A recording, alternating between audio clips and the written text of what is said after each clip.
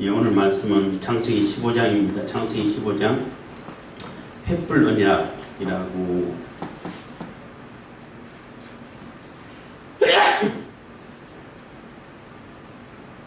횃불 언약이라고 제목을 정할 수 있습니다. 예, 15장에서는 아브라함과 하나님 사이에서 하나님께서 일방적으로 언약을 맺어주시는 그러한 모습이 보입니다. 아브라함이 15장에서는 굉장히 두려워하고 쓸쓸해하고 하는 그러한 모습을 보죠.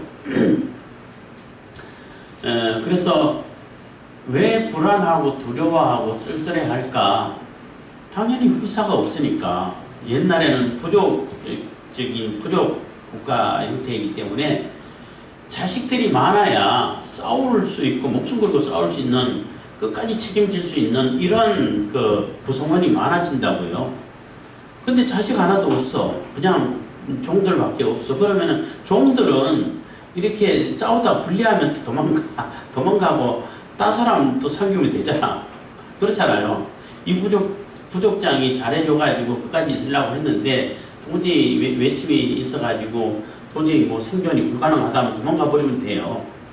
근데 자식들이라든지 이런 사람들은 가면은 종으로 노예로 사는데 끝까지 목숨을 걸고 싸우죠. 싸워서 죽기까지 싸운다고. 그렇기 때문에 자녀가 많은 것이 복이고, 뭐 성경에서 자녀 많은 것이 복이라고 얘기를 했는데 아브라함에게는 나이도 좀 들었지만은 가나안 땅에 온 지 10년이나 됐는데도 자식이 없어요. 그러니까 너무나 쓸쓸하고 두려운 것은, 또 한 가지 두려운 것은 뭐냐면은 이 아브라함이 자기 집에서 길리온 318명을 데리고 또 자기가 동명한 부족들을 데리고 가가지고 저기 북방 4개국 연합군을 기습해가지고 뭐 포로들이라든지 전리품들이라든지 다 찾아왔잖아요. 습격했을 때 그것이 사실 전면전을 이렇게 치러가지고 찾아왔다라고 보기에는 굉장히 긴 시간, 긴 거리를 뒤에 쫓아가면서 따라가면서 기회를 엿보다가 이 본대와 이렇게 수송, 인솔 부대라든지 전리품 수송 부대라든지 본대가 떨어졌을 때 그때 기습했을 거라고 볼 수밖에 없어요. 전략상으로, 전술상으로. 그렇게 찾아왔기 때문에 만약에 이 사연합국이 알고 어떻게 다 잃어버렸어 해가지고 다시 아브라함을 쳐들어올 때 아브라함이 대책이 있냐는 거죠. 목숨 걸고 싸워줄 자식이 없다는 거죠. 자식 연합 없고 또 하나 그래도 조금 의지가 될 만한 했던 그러한 롯도 결국은 자기를 떠나버렸고, 찾아왔지만은 다시 소돔으로 가버렸고 아무도 없다는 거죠. 그러니까 얼마나 쓸쓸하고 얼마나 외롭냐는 거죠. 그래서 그 마음을 보시고 하나님께서 찾아오셔가지고 아브라함에게 약속을 해주고 계시는 거예요. 그래서 약속을 말로만 하는 것이 아니라 실질적으로 눈에 보도록 그 당시 언약 체결하는 그러한 형식대로 그대로 하는 그런 모습을 오늘 15장에서 볼 수 있는 것입니다. 1절입니다. 이후에 여호와의 말씀이 이상 중에 아브라함에게 임하여 가라사대 아브라함아 두려워 말라. 나는 너의 방패요 너의 지극히 큰 상급이니라. 그래서 아브라함에게 찾아오셔가지고 이상 중에 환상이라고 말할 수 있고 찾아오셔서 아브라함에게 말씀하시는데 두려워하지 말라는 거예요. 그런 대적자들이 혹시 쳐들어온다 할지라도 하나님 내가 막아준다는 거죠. 내가 종주국이잖아. 종주잖아. 하나님이 종주잖아요. 종주국 너는 공신국, 공신이기 때문에 내가 책임지고 다 막아줄 테니까 두려워하지 말라는 겁니다. 그리고 나는 너의 방패요 했던 얘기, 그 얘기 있죠. 내가 너의 방패야. 내가 다 막아줄 거야. 걱정하지 마. 그리고 너의 지극히 큰 상급이니라 했으니까 지금 아들이 없어서 막 외로워하고 또 쓸쓸해하고 전리품 찾아왔지만은 그래도 하나님께서 복을 베풀어 주셔야지, 너를 통해 가지고 내가 부자 됐다 소리 듣기 싫어해서 너를 통해 가지고 부자 됐다는 이런 소리 듣기 싫으니까 소돔 왕에게 다 줘버렸다고. 물론 그동안 썼던 비용이라든지 또 같이 연합했던 동맹했던 그런 부족들 그들은 분기 찾아갈 수 있도록 하고 나머지는 내가 가질 수 있는 그러한 그 권리가 있는 그 군사들이라든지 종들이라든지 전리품들은 다 소돔 왕에게 줘버렸어요. 그래서 하나님을 믿고 있는데 그래도 너무나 쓸쓸하다는 거죠. 자식이 없다 보니까. 자식이 없고 후사가 없다 보니까 너무나 쓸쓸하고 이거 참 어떻게 해야 될까 하는 그러한 마음 가지고 있을 때 하나님께서 나타나셔가지고 걱정하지만 내가 다 막아줄 거야. 그리고 내가 너의 상급이야. 어떤 상급보다도 크죠.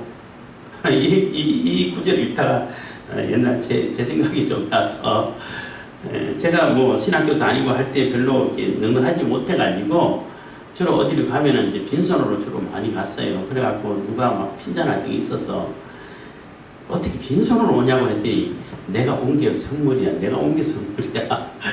이런 얘기도 많이 하고 다녔고 결혼해서도 이게 생일을 뭐 날짜 개념이 별로 없어가지고 숫자 개념이 워낙 약하다 보니까 뭐 아내 생일이 됐는데 못 챙겨주고 하다 보니까 어떻게 못 챙겨주냐고 막 터질 때 제가 그랬어요. 내가 선물이라고 내가 옆에 있지 않냐고 했더니 넘어가시더라고. 고마워했죠. 그래서 하나님이 선물이야. 하나님이 상급이야. 그보다 더 큰 상급이 어디 있어요? 없어요.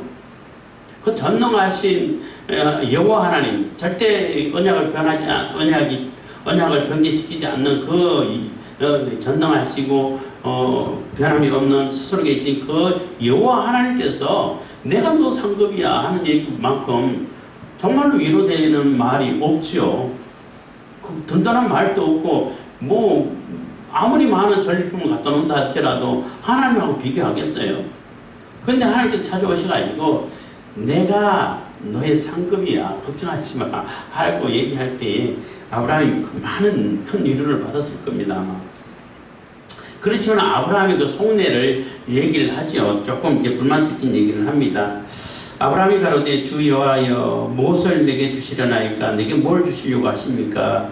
나는 무자하오니 나의 상속자는 이 다메섹 엘리에셀이니이다. 그래서 나는 아무 자식도 없는데 내게 많은 상급 주신다 한들 뭐 그게 얼마나 제가 누리겠습니까? 뭐 제가 살아있는 동안 잠깐 누리다 끝날 텐데 그래서 자식을 안 줬으니까 상속자는 이 다메섹 사람 엘리에셀입니다 라고 고백하는 거예요. 엘리에셀이 어떻게 아브라함이 종이 됐는지 뭐 그거는 나오지 않아서 정확하게 모르지만은 이 다메섹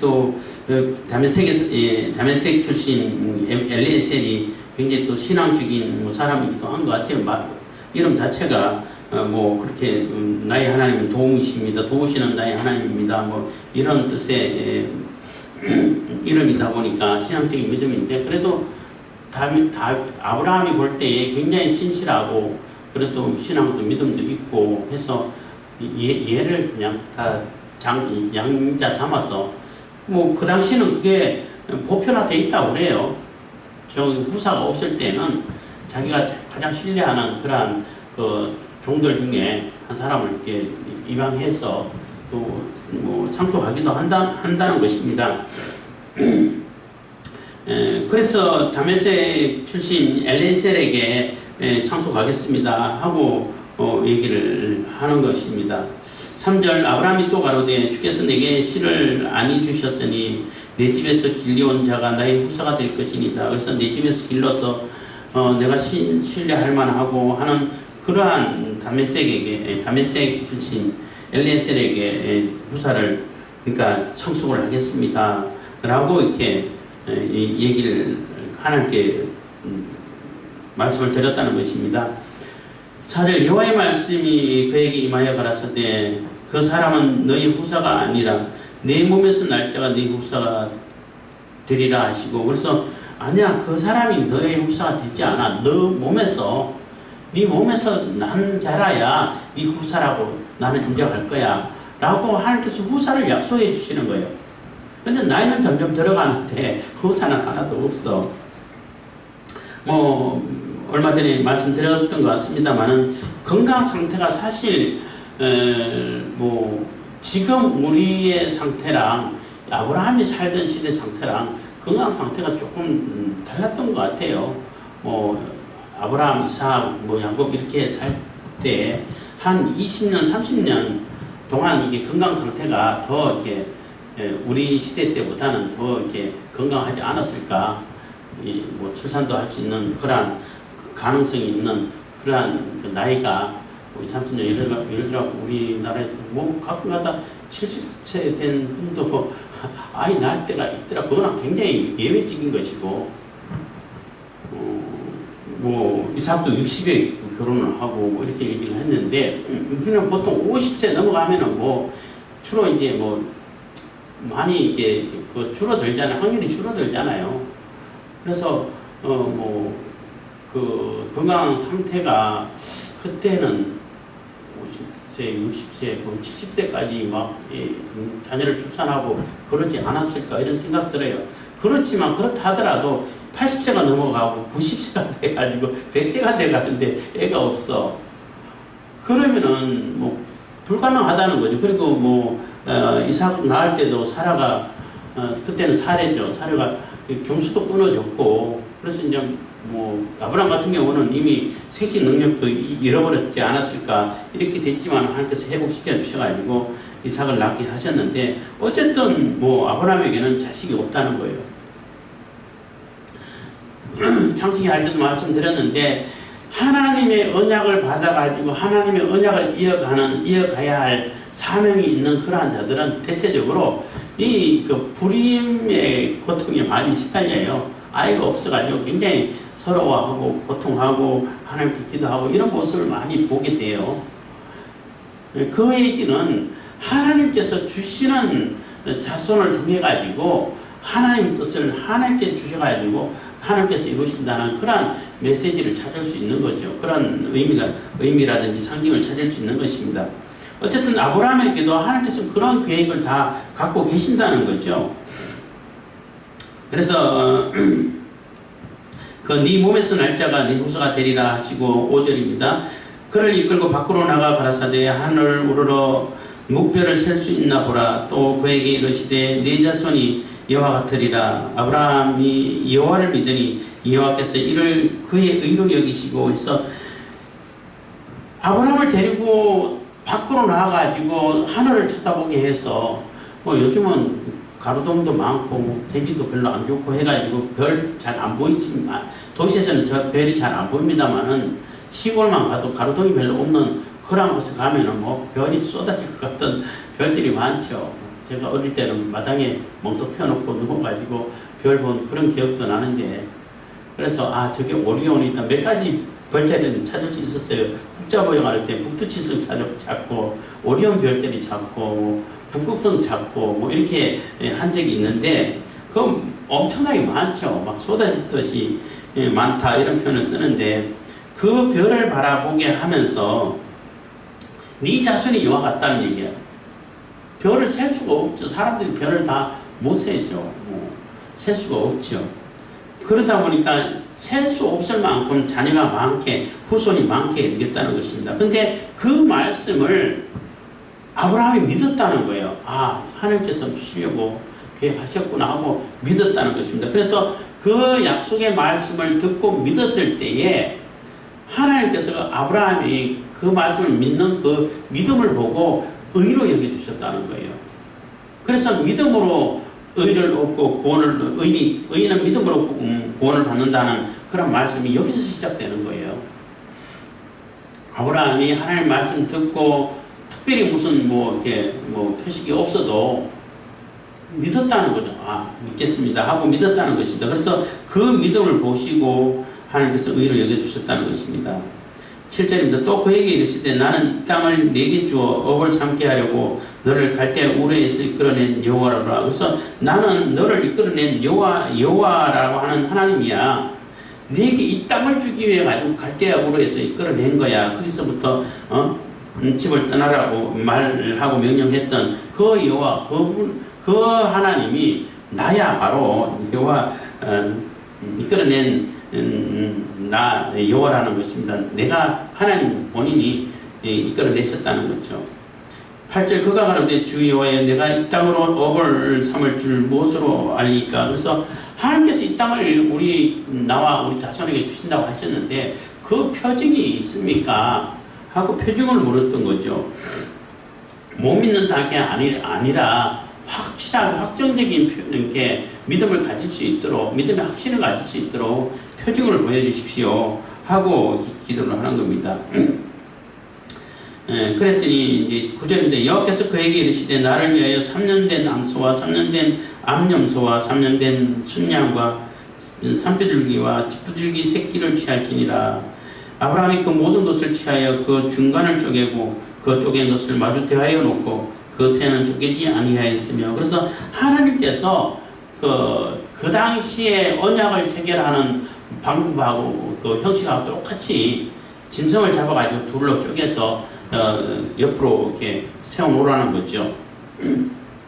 그래서 3년 된 암소, 3년 된 암염소, 이게 뭐 부족장이고 굉장히 부자하고 하니까 이 정도는 충분히 감당할 수 있는 아브라함이죠. 뭐 개인이 하면은 뭐 이렇게 많은 재물이 필요 없죠. 뭐 암염소라든지 어린 양이라든지 뭐 비둘기 새끼라든지 비둘기라든지 뭐 산비둘기라든지 이렇게 재물이 필요하죠. 근데 이제 3년 된 암소, 3년 된 암염소, 3년 된 순양, 산비둘기와 집비둘기 새끼를 취하니라. 그래서 하나님께 재물이 될 수 있는 것은 다 취하게 했는데 왜 3년 된 암소냐는 거죠. 왜 3년이라는 거죠. 3년이라고 하냐면은 3년이 되면 다 자란다고 그래요. 짐승들은. 그때부터 이제 뭐 새끼를 낳을 수 있고 뭐 할 수 있는데 이미 다 자라 완성됐다는 거죠. 완성됐다는 의미가 있고 3이란 완전수잖아요. 완전한 언약, 완성된 그런 언약을 체결한다는 것입니다. 그래서 산비둘기와 집비둘기 새끼를 취할지니라. 취해서 아브라함이 그 모든 것을 취하여 그 중간을 쪼개고 그 쪼갠 것을 마주 대하여 놓고 그 새는 쪼개지 아니하였으며. 그래서 새는 안 쪼갰다는 거예요. 그래서 짐승을 쪼개가지고 옆으로 벌려놓고 그 사이로 언약 계약하는 자들이 지나간다는 거예요. 지나가면서 이 계약을 파기하는 자는 이 짐승들하고 쪼개질 거야. 죽음을 면치 못할 거야 하는 그러한 의미가 들어있다는 것입니다. 근데 그 아브라함이 큰 짐승들은 다 쪼개갖고 했는데 이 새는 안 쪼갰어요. 왜 안 쪼갰을까? 그래서 뭐 어떤 사람들은 새를 안 쪼개가지고 뭐 믿음이 부족한 믿음이 있고 뭐 이런 얘기를 하는 분들도 계시는데 그럴 것까지는 없고 너무 조그마니까 작으니까 안 쪼갠 거고 이게 이제 그 관례가 돼가지고 레위기에서도 새는 쪼개라는 얘기가 없어요. 모가지 비틀어가지고 죽이고 이제 피는 다 흘리되 모가지가 떨어지지 않게 하라는 얘기였어요. 쪼개지 말라고 그랬어요. 쪼개지 말고 내장만 다 꺼내가지고 버리는 자리에 갖다 버리고 피는 다 쏟고 그리고 번제로 드리고 하는데 새는 레위기에서도 안 쪼개요. 이게 아마 그 아브라함이 쪼개지 않았기 때문에 그게 관례가 돼가지고 그대로 이렇게 받아들이지 않나 이런 생각을 하게 되는 것입니다. 뭐 아브라함 믿음이 뭐 부족하고 불신을 가지고 있고 뭐 이렇게 갖다 붙일 필요는 없다고 생각합니다. 그래 쪼개놓고 설계가 그 사체 위에 내릴 때는 아브라함이 쫓았더라고요. 그래서 하나님께서 어떻게 하시는가를 보기 위해서 쪼개놓고 기다리면서 설계 매 종류가 와가지고 그 사체 위에 내릴 때는 다 쫓아내고 이렇게 했다는 것입니다. 12절 해질 때에 아브라함이 깊이 잠든 중에 캄캄함이 임함으로 심히 두려워하더니. 그래서 해질 때에 아브라함이 깊이 잠들었다는 거죠. 잠들었는데 그리고 어둠이 임하고 뭐 심히 두려워한다는 얘기는 하나님의 임재를 느꼈다고 말할 수 있는 거예요. 이 두려움은 뭐 대적들로 인해 가지고 공포를 얘기하는 것이 아니라 하나님의 임재를 이렇게 경험하는 그러한 두려움이라고 말할 수 있죠. 뭐 잠든 중에 어떻게 또 두려움을 느낄 수는 있는지 모르겠지만 하여튼 하나님의 임재함을 느낀다는 겁니다. 하나님이 임재하시고 오셨다는 것을 느꼈다고 말할 수 있는 겁니다. 13절 여호와께서 아브라함에게 이르시되 너는 점령이 알라 네 자손이 이방에서 객이 되어 그들을 섬기겠고 그들은 400년 동안 네 자손을 괴롭게 하리니 그 섬기는 나라를 내가 징치할지며 그 후에 네 자손이 큰 재물을 이끌고 나오리라. 그래서 애굽이라는 말은 안 나왔지만은 우리가 이제 성경을 통해서 애굽이라는 걸 알죠. 애굽에 들어가 가지고 430년 동안 대략 400년 동안 거기서 나그네로 있다가 그리고 노예 생활을 한 것은 그렇게 오래 400년 동안 다 노예 생활을 하지는 않았어요. 성경을 자세히 읽어보시면은 그러니까 우고하는 자로 살았죠. 객으로 살았죠. 그렇지만 요셉을 알고 있던 요셉의 은혜를 기억하는 그러한 왕조에서는 나름대로 대접은 잘했죠. 그렇지만은 그 정착민이 아니고 우거인, 그러니까 그 우고하는 그 나그네 인생이라고 말할 수 있는 그러한 삶을 살았던 거죠. 그리고 요셉을 알지 못하던 그런 왕조가 완전히 바뀌어버렸을 때 그때 이제 뭐 아주 극심한 핍박을 당하고 압박을 당하고 노예 생활을 했다고 볼 수 있는 것입니다. 그렇지만 하나님께서 이 징치를 해서 400년 동안 이렇게 섬기다가 큰 재물을 가지고 나올 것이다, 출애굽할 것이라는 것을 미리 예언해 주고 계시는데 그 얘기는 뭐냐면은 이 땅을 너와 너 자손에게 줄 것인데 그 많은 시간과 기간과 과정이 필요하다는 거예요. 그냥 여기서 그냥 네가 알아서 여기서 번성해가지고 살아 이 얘기가 아니라 이 땅을 얻기까지는 그만한 시간이 필요하고 또 과정이 필요하다는 것입니다. 그리고 이 땅에는 이미 다른 족속이 살고 있기 때문에 무조건 그 족속들을 다 쫓아내고 너에게 줄 수는 없다는 거죠. 그래서 14절 그 섬기는 나라를 내가 징치할지며 그 후에 네 자손이 큰 재물을 이끌고 나오리라. 너는 장수하다가 평안히 조상에게로 돌아가 장사될 것이요 너는 아무런 걱정 없이 뭐 특별한 위기를 위험을 닥쳐가지고 어려움 당하고 그래서 누구에게 죽임을 당하고 이런 일이 없고 평안하게 장수를 누리고 또 하나님께서 이렇게 정하신 그런 수명을 다 누릴 거라는 거죠. 누려서 평안히 네 조상들이 돌아갔던 것처럼 이 세상을 떠날 것이다. 평안히 장사될 것이다. 라고 언약을 해주고 있는 것입니다. 내 자손은 4대 만에 이 땅으로 돌아오리니 이는 아모리 족속의 죄악이 아직 관영치 아니함이니라 하시더니 그래서 4대 만에 4대 여기서 말하는 4대 보통 1대를 30년으로 잡잖아요. 근데 지금 여기서는 1대를 100년으로 잡았다고 볼 수밖에 없는 거죠. 100년으로 봐도 되고 어쨌든 400년 섬기다 온다고 했으니까 아브라함이 살다가 또 그 요셉까지 하면은 거의 또 100년 정도는 나갈 수 있겠네요. 어쨌든 지금 대수를 계산하는 거랑 좀 다르게 계산했다고 볼 수 있는 것입니다. 어쨌든 4대 만에 나올 것이고 왜 그때까지 기다려야 되고 또 다른 데 가가지고 나와야 되고 하는 것은 물론 다른 계획도 있겠지만은 이 땅에 사는 아모리 족속이 또 가나안 족속들이 여기 7족속들이 사는데 그 족속들의 죄가 아직 다 차지 않았다는 거예요. 완전치 않았다는 얘기는 다 차지 않았다는 얘기예요. 죄가 다 차지 않았는데 강제로 내가 너 줄 거니까 너 나가 이렇게 하지는 않는다는 거죠.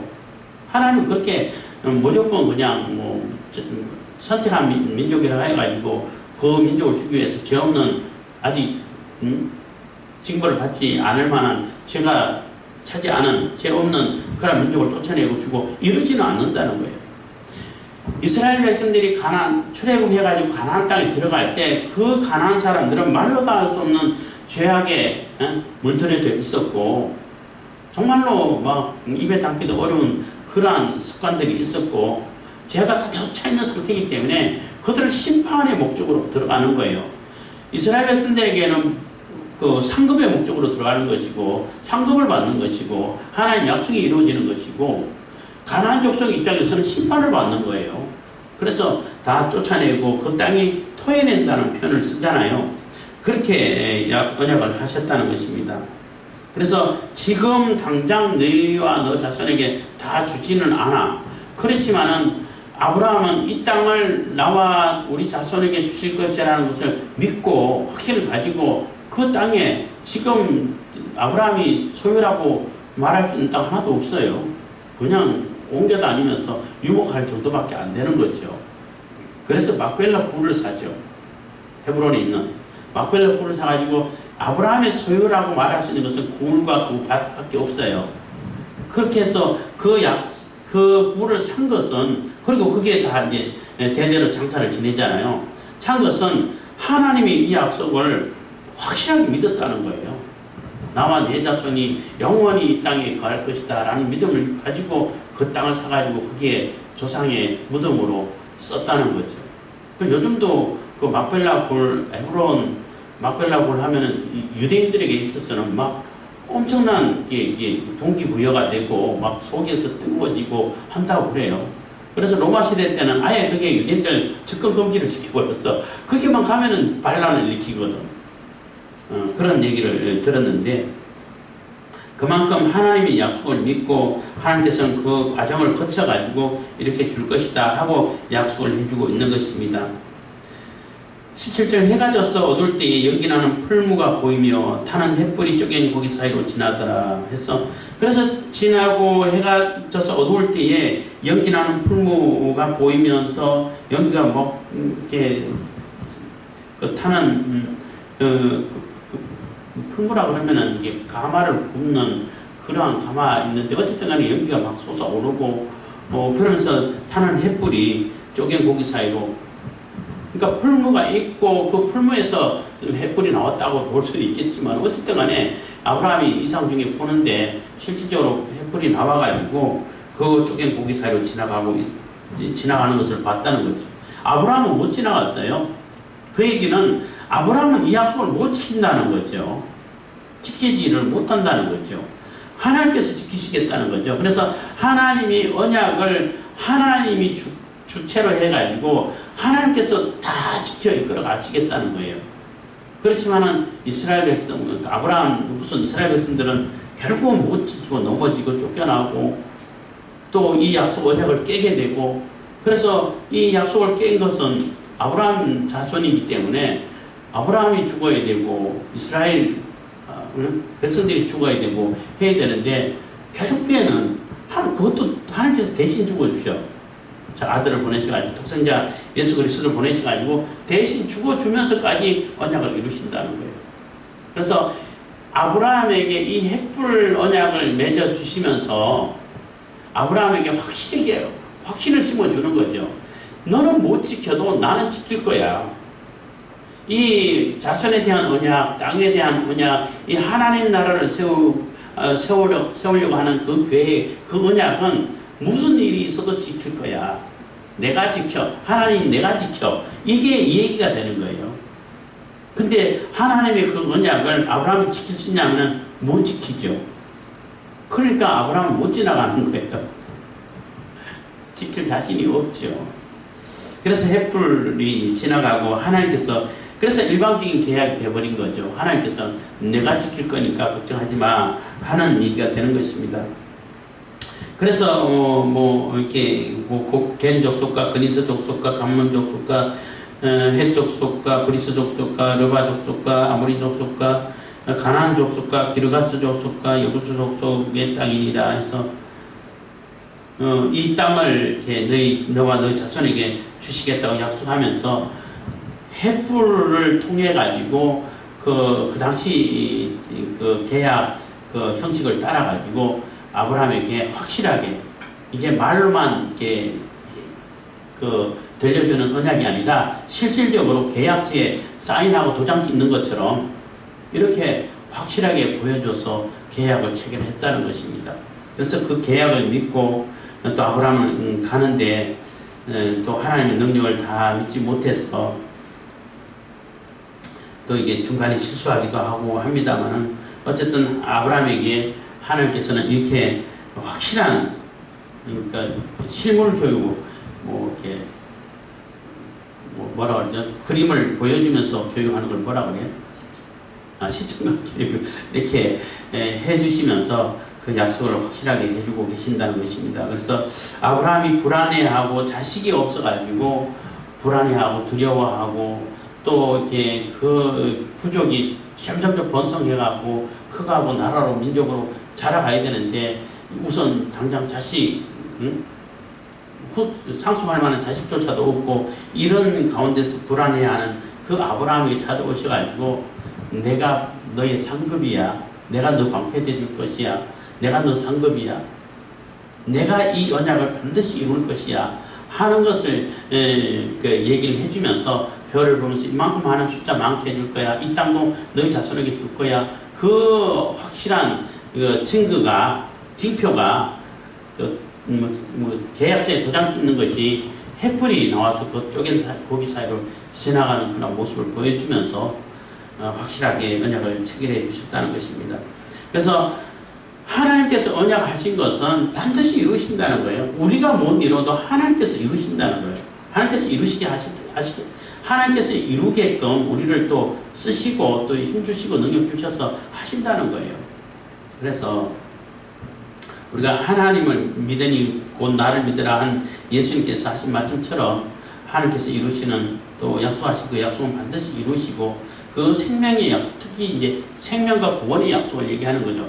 구원의 약속은 반드시 이루어지시는 걸 믿고 그 약속을 따라가지고 우리가 믿음을 가질 수 있고 또 구원의 확신, 믿음의 확신을 가질 수 있기를 바라겠습니다. 기도하겠습니다. 사랑해 주셔서 감사합니다. 이 시간에 노래와 공부 해주시고